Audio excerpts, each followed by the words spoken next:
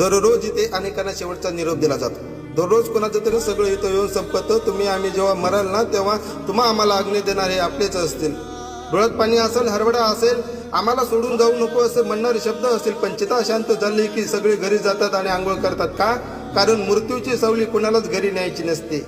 मी स्वतःच्या डोळ्यांनी पाहिलं आहे. दुसऱ्या दिवशी तुमचं कपाट उघडलं जातं, तुमचे कपडे वेगळे काढले जातात, तुमचा फोटो खाली उतरला जातात, तुमच्याच हाताने जपलेल्या वस्तू वाटून दिल्या जातात.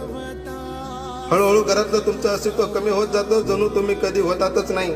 पण एक गोष्ट जपली जाते, तुमचे दागिने, तुमचे पैसे, कारण ते तुम्ही नसतात, ते उपयोगाचे असतात.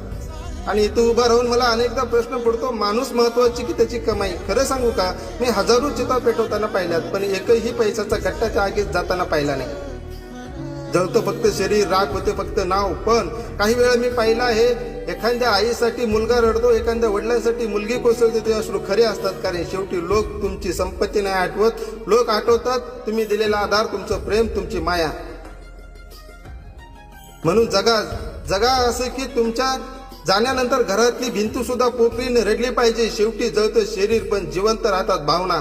मी वैकुंठ धामचा सेवक बोलतो आहे. दररोज मृत्यू पाहतो आणि दररोज जगण्याची किंमत शिकवतो.